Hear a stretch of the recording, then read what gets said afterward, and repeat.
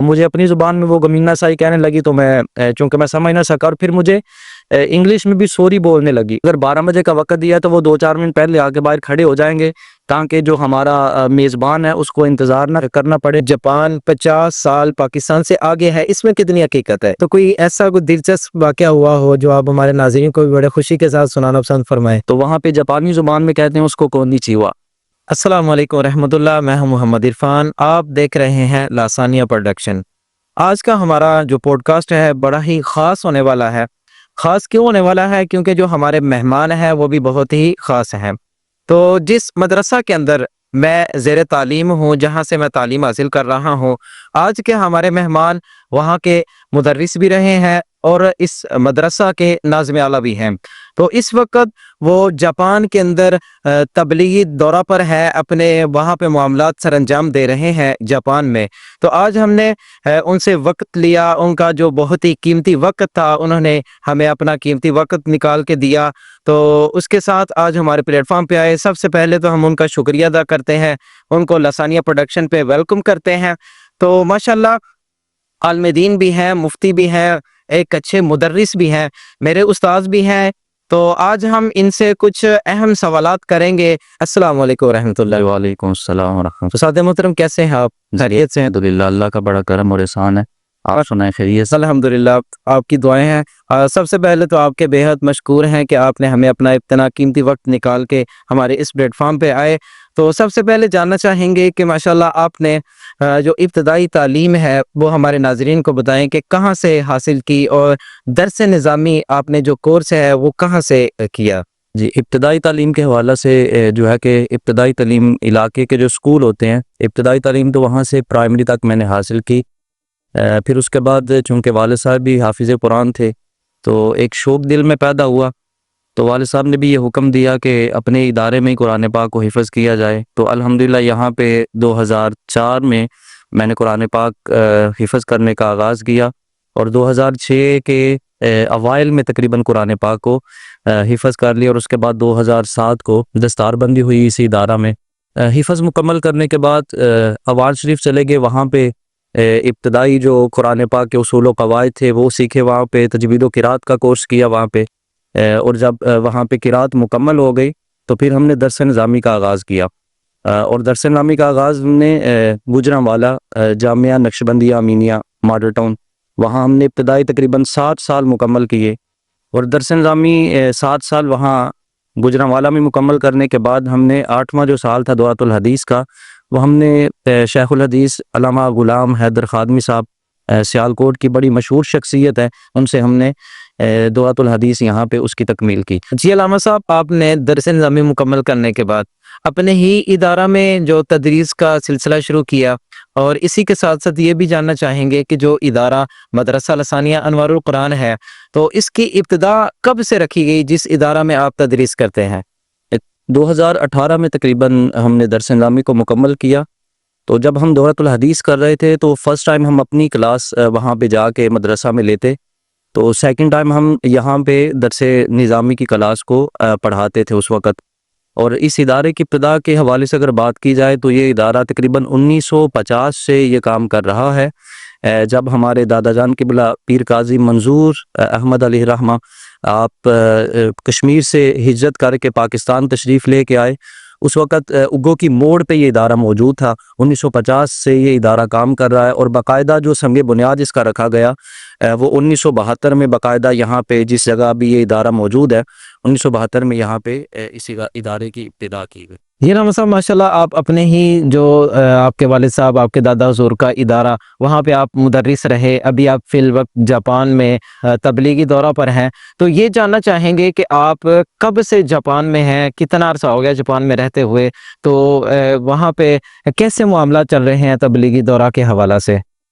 میں تقریباً 3 سال سے جاپان میں ہوں۔ مارچ 2022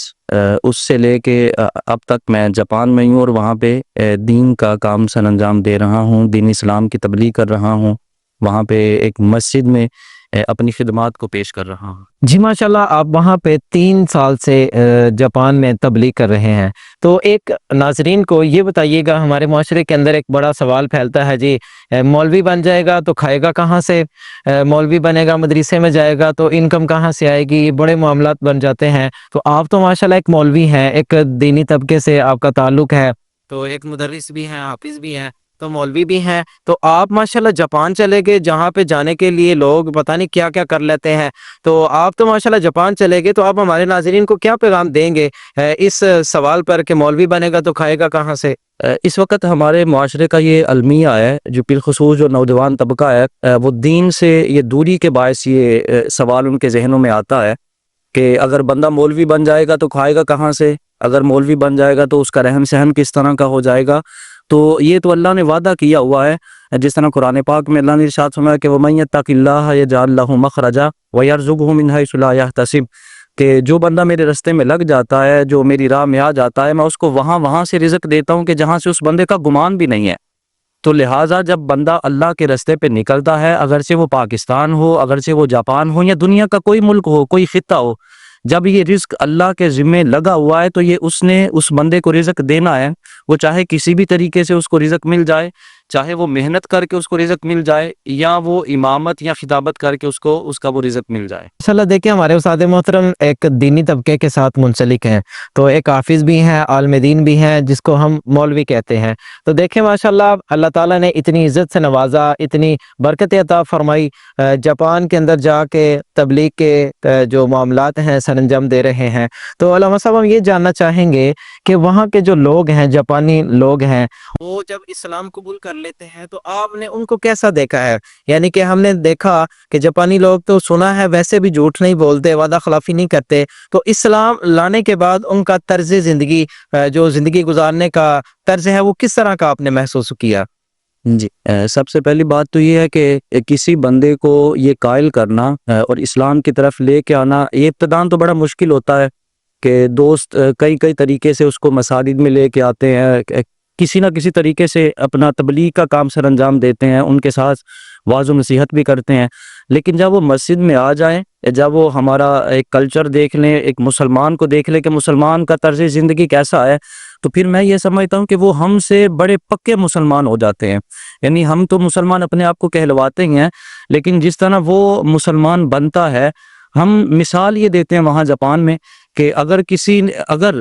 یہ جاپانی لوگ کلمہ پڑھ لیں اور کلمہ پڑھ کے مسلمان ہو جائیں تو یہ جنتی لوگ ہیں، یعنی نہ تو ان میں جھوٹ ہے، نہ پھر ان میں بے ایمانی ہے، نہ بددیانتی ہے۔ پھر تو جب وہ اسلام میں داخل ہو جائے گا، اس نے کلمہ پڑھ لیا تو اس نے وہ ساری چیزوں کو پہلے ہی چھوڑا ہوا ہے، تو یقیناً جنتی ہیں۔ ماشاءاللہ آپ وہاں پہ تبلیغ کر رہے ہیں، اسلام کی دعوت دے رہے ہیں، تو آپ نے اس کے ساتھ ساتھ یہ بھی دیکھا ہوگا کہ جاپانی حضرات ٹیکنالوجی میں کتنے زیادہ ہم سے آگے ہیں، یا باقی ممالک سے کتنے زیادہ آگے پہنچ چکے ہیں، کیونکہ سنا ہے، میں نے تو سنا کہ جاپان 50 سال پاکستان سے آگے ہے، اس میں کتنی حقیقت ہے؟ بالکل، یہ جو سوال آپ نے کیا، یہ ایک وقت کی ضرورت بھی ہے کہ ہمارا پاکستان اس وقت اگر ہم دیکھیں عموماً تو پاکستان میں اس طرح کی سہولیات موجود نہیں ہیں، پاکستان میں اس طرح کی ڈیولپمنٹ نہیں ہوئی جس طرح باہر ہم نے جاپان میں دیکھا، اور یہ بات حقیقت پہ مبنی ہے کہ یہ جو ہم لوگ کہتے ہیں نا کہ جاپان ہم سے 50 سال آگے ہے، تو یہ بات حقیقت ہے بالکل کہ جاپان ٹیکنالوجی میں تقریباً 50 سال آگے ہے، کہ وہاں پہ کسی قسم کی کوئی گندگی نہیں، کوئی غلاظت نہیں، کوئی کچرا نہیں، یعنی بالکل صاف ستھرا ملک ہے۔ اور دوسرا، وہاں پہ جس طرح ہمارے یہاں پہ تو ویٹر کام کرتے ہیں ہوٹلوں میں، تو وہاں پہ رپورٹ سسٹم ہے، رپورٹ وہاں پہ کام کریں گے، تو اس طرح میں یہ سمجھتا ہوں کہ جاپان ہم سے کئی سال آگے ہے۔ یہ جاننا چاہیں گے کہ جاپان میں لوگ پیسے وغیرہ اچھے کما لیتے ہیں، تو ایک ایز اے عالم دین وہاں پہ کتنے پیسے کما لیتا ہے؟ جیسا کہ آپ بھی وہاں پہ ہیں، ایک عالم دین کتنے پیسے کما لیتا ہے اپنا قیمتی وقت دے کر؟ اس سوال میں یہ سمجھتا ہوں کہ سب سے پہلے انسان اپنی جو نیت ہے، یہ اس کے نیت پہ ڈیپینڈ کرتا ہے کہ انسان اپنے شعبے کے ساتھ کتنا مضبوط ہے۔ مثال کے طور پہ اگر کوئی کاروباری شخص ہے تو وہ اپنے شعبے کے ساتھ کتنا اس کا تعلق ہے، ایز اے امام اس کا اپنے منصب کے ساتھ اپنا کتنا تعلق ہے، اور وہ کس طرح اپنی ڈیوٹی کو سر انجام دے رہا ہے۔ باقی رہی بات کہ وہاں پہ کتنا کما لیتے ہیں یا وہاں پہ کام تو یہ بات اس طرح ہے کہ ہم نے وہاں پہ وہ سہولیات دیکھی ہیں کہ جو یہاں پہ پاکستان میں ایک امیر شخص جو ہے، ایک اچھا کھانے والا جو شخص ہے، وہ تصور بھی نہیں کر سکتا کہ وہاں پہ ہم نے الحمدللہ وہ سہولیات دیکھی ہیں۔ تو پاکستان میں یہ ایک جو ہمارے اوپر داغ اور دبا لگا ہوا ہے کہ اگر مولوی بن جائے گا تو کھائے گا کہاں سے، رہے گا کہاں پہ، اس کا اپنا گھر ہوگا کہ نہیں ہوگا۔ تو الحمدللہ وہاں ہم نے یہ بہاریں ساری دیکھی ہیں اور بڑی اچھی زندگی بسر کر رہے ہیں۔ اور عموماً جو وہاں پہ سیلری ہے وہ میں سمجھتا ہوں کہ پاکستان کے لحاظ سے بہت بہتر ہے۔ ڈاکٹر صاحب ایک اور بڑی ذہن میں بات آئی کہ جاپانی لوگ وقت کی بڑی پابندی کرتے ہیں، تو پاکستان میں تو یہ کہا جاتا ہے بس 5 منٹ میں یا 10 منٹ میں ہیں۔ آپ وہاں پہ کیا محسوس کرتے ہوں گے جب نئے نئے گئے ہوں گے؟ وقت کی بڑی پابندی ہے، جب جو وقت دیا ہے کسی کو ملنے کا اسی وقت پہ بندہ پہنچ رہا ہے، جو وقت پیسے دینے کا ادھار دینے کا دیا ہے بندہ اسی وقت پہ دے رہا ہے، تو آپ نے وہ کیسا محسوس کیا وہاں پہ؟ علامہ صاحب یہ سوال آپ کا بڑا اچھا ہے، اور وقت کی ضرورت ہے یہ۔ جس طرح آپ دیکھیں کہ پاکستان میں ہمارے حالات اس قدر ناگزیر ہو چکے ہیں کہ اگر ہمارا 12 بجے کا کسی سے ٹائم ہے تو ہم 3 بجے سے پہلے وہاں پہ نہیں پہنچیں گے۔ 3 بجے تک ہم اس کا انتظار کریں گے کہ وہ آ کے ہمارا انتظار کرے اور پھر ہم اس کو جا کے ملیں۔ لیکن میں یہ سمجھتا ہوں کہ جاپان میں یہ جو کامیابی بھی ہے اصل، یہ وقت کی پابندی ہے کہ اگر وہاں پہ کسی نے کسی کو وقت دیا 12 بجے کا تو وہ سمجھ لیں کہ 12 ہی ہے، اس سے اوپر نہیں ہے۔ تو بعض لوگ تو ایسے ہوتے ہیں وہاں پہ کہ اگر 12 بجے کا وقت دیا ہے تو وہ 2-4 منٹ پہلے آ کے باہر کھڑے ہو جائیں گے تاکہ جو ہمارا میزبان ہے اس کو انتظار نہ کرنا پڑے۔ اتنی وہاں پہ وقت کی پابندی ہے۔ اگر ٹرانسپورٹ کے حوالے سے وہاں پہ وقت کی پابندی کو دیکھا جائے یا ٹرینوں کے حوالے سے وقت کی پابندی کو دیکھا جائے تو جو وقت لکھا ہوا ہے اگر وہ 12 ہے تو وہ 12 ہی ہے۔ 12 بجے وہ ٹرین اپنے پلیٹ فارم پہ کھڑی ہوگی، یعنی اس سے 1 منٹ بھی وہاں پہ اوپر یا نیچے ٹرین کا تصور بھی نہیں ہے۔ آپ وہاں پہ ایک مبلغ ہیں، تبلیغ کرنے کے لیے جاتے ہیں، بڑے بڑے ایونٹس میں جاتے ہیں، تو کسی ایک بہت پاکستان کے مشہور عالم دین سے ملاقات ہوئی ہو، بڑا ہی کوئی دلچسپ واقعہ ہوا ہو، جیسے آپ اپنے لیے بڑا خوشی کا وقت محسوس کرتے ہو کہ یار ایک بہت بڑے عالم دین سے ملاقات ہوئی ہے جس سے آپ خواہش بھی رکھتے ہو ملنا؟ جی، وہاں پہ الحمدللہ بڑے بڑے علماء کرام سے ملاقات کا شرف حاصل ہوتا ہے۔ جس طرح دعوت اسلامی کے ایک مبلغ ہے اور مجلس شورا کے وہ امیر ہے حاجی امین اتاری صاحب، تو وہاں ان سے بھی ملاقات کا شرف حاصل ہوا۔ اور میری بڑی ایک دیرینہ خواہش تھی، میرا ایک بچپن سے یہ خواہش تھی میرے دل میں کہ میں پروفیسر ڈاکٹر محمد طاہر القادری آپ سے ملاقات کروں، لیکن چونکہ پاکستان میں جب وہ آتے ہیں تو اس وقت ملنا یہاں پہ چونکہ ناگزیر ہوتا ہے، یہاں پہ رش کے سبب یا دیگر اور معاملات کے سبب یہاں پہ انسان نہیں مل سکتا ان سے۔ 2018 میں میں وہاں منہاج القرآن گیا، وہاں پہ انہوں نے علوم الحدیث کے نام سے کورس کروایا تھا، جو بالکل آمنے سامنے ہوا لیکن پھر بھی ملاقات نہ ہو سکی۔ تو جاپان میں الحمدللہ علی فضلہ تعالی میں ان کی صحبت میں بھی رہا، ان سے ملاقات کا بھی شرف حاصل ہوا، اور یہ میں اللہ کا بڑا فضل سمجھتا ہوں اور والدین کی دعائیں سمجھتا ہوں کہ ہم نے اتنے بڑے علماء کرام سے وہاں پہ ملاقات کی، اور پھر بالخصوص علامہ حافظ محمد عمران عاصی صاحب آپ سے بھی بلکہ ملاقات تو کیا بلکہ وہ ہمارے پاس ہی 2-3 دن ہمارے مہمان رہے، اور یہ اللہ کا بڑا فضل ہے کہ علماء کرام وہاں پہ آتے ہیں اور وہاں ان سے آسانی سے ملاقات ہو جاتی ہے۔ علامہ ڈاکٹر طاہر القادری صاحب کو ویڈیوز میں دیکھتے ہیں، بڑا اچھا محسوس ہوتا ہے، ماشاءاللہ اتنی پڑھی لکھی شخصیت ہے، اتنی کمال شخصیت ہے، علمی شخصیت، تو آپ دو ان سے ملاقات کی، ان سے بیٹھ کے بات چیت بھی کی، گفتگو بھی ہوئی، آپ نے ان کی شخصیت کو کیسا پایا؟ یعنی کہ ویڈیوز میں اور آمنے سامنے فیس ٹو فیس کمپیئر کیا جائے تو آپ نے ان کی شخصیت کو کیسا محسوس کیا؟ بالخصوص جو ان کی شخصیت ہے نا، میں یہ سمجھتا ہوں کہ وہ کسی تعارف کے محتاج نہیں ہیں۔ پورا پاکستان کیا پوری دنیا ان کو ایک نام سے جانتی ہے، تو ان کی شخصیت میں نہایت حلم اور بردباری ہے، اور جس طرح لوگ عموماً یہ کہتے ہیں ان کے حوالے سے مختلف قسم کے پراپوگنڈے ہوتے ہیں یا باتیں ہوتی ہیں، تو لہٰذا میں نے ان میں کوئی ایسی کسی بھی چیز کو نہیں دیکھا۔ الحمدللہ انہوں نے جب میں ان سے ملا تو بڑے اچھے طریقے سے انہوں نے مجھے اپنے سینے کے ساتھ لگایا، اور بڑا خوش ہوئے دیکھ کے کہ آپ یہاں پہ دین کا کام کر رہے ہیں۔ آپ ماشاءاللہ اتنا عرصہ وہاں پہ رہے ہیں، ابھی بھی رہ رہے ہیں، تو کوئی وہاں کی زبان آپ نے سیکھی ہو؟ ہم تو سنتے ہیں سمجھ نہیں آتی، بس ہنسی آتی ہے، چین چون چائیں کرتے ہیں، تو آپ نے کچھ وہاں پہ سیکھا ہو کچھ زبان بولنا؟ جیسے وہاں ملتے ہیں تو ہم السلام علیکم ورحمۃ اللہ کہتے ہیں، تو وہاں کے لوگ آپ اس میں کیا کہتے ہیں؟ اس بارے میں تھوڑا بتائیے گا۔ تقریباً 3 سال کا عرصہ ہو گیا میں جاپان میں ہوں، تو چونکہ جاپانی زبان جو ہے وہ تقریباً مشکل زبانوں میں سے ایک زبان ہے، تو اتنی زبان تو میں نہیں سیکھ سکا، لیکن یہ ہے کہ کچھ جو ابتدائی الفاظ ہوتے ہیں، جس طرح ملنے جلنے کے الفاظ ہیں، یا دیگر جو اسٹور میں جا کے جس طرح عام الفاظ استعمال ہوتے ہیں، تو وہ الفاظ میں بول لیتا ہوں۔ تھوڑے سے ہمارے ناظرین کو سنا نہیں دیتے کیسے ملتے ہیں، حال چال کیسے پوچھتے ہیں؟ تو یہ تھوڑا سا ایک دو جملہ سنا دیں۔ جس طرح آپ وہاں کسی سے ملتے ہیں تو ہم تو یہاں پہ السلام علیکم کہتے ہیں، تو وہاں پہ جاپانی زبان میں کہتے ہیں اس کو کونیچیوا